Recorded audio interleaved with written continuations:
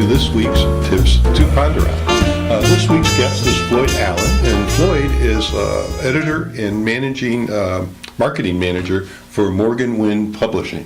Floyd, thank you for coming this week and joining us. And Floyd has got some very interesting things he'd like to share with us. And one of the things he and I have discussed in the past is that I should write a story about myself. Why would I want to do something like that, Floyd? Well, I think, Jim, because your children and your grandchildren may not know as much about you as they would really like to. And if you do this, this would be a really good way to present that information to them. Okay, but I'm not a writer, and I don't even like to write. Well, if what you could do then, Jim, in that case, is get a handheld tape recorder, for example, and speak your story into it.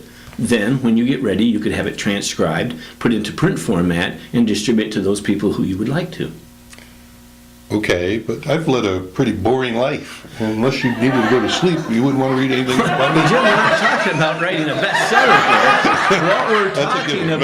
What we're talking about is you taking the time to record for your family, your children, your grandchildren, maybe even your great-grandchildren, those things that brought you to where you are, because in reality, that's also what's brought them to where they are. So what are some of the things you think I should include in that?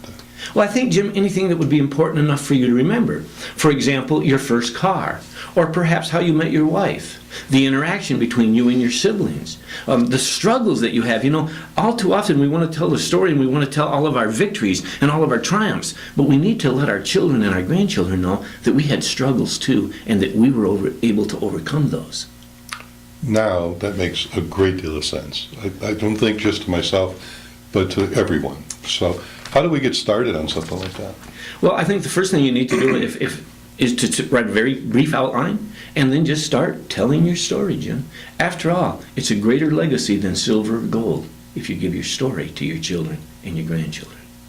Wow, I'm really very moved. And Floyd, thank you so much for sharing some of those things with us. I appreciate it so much.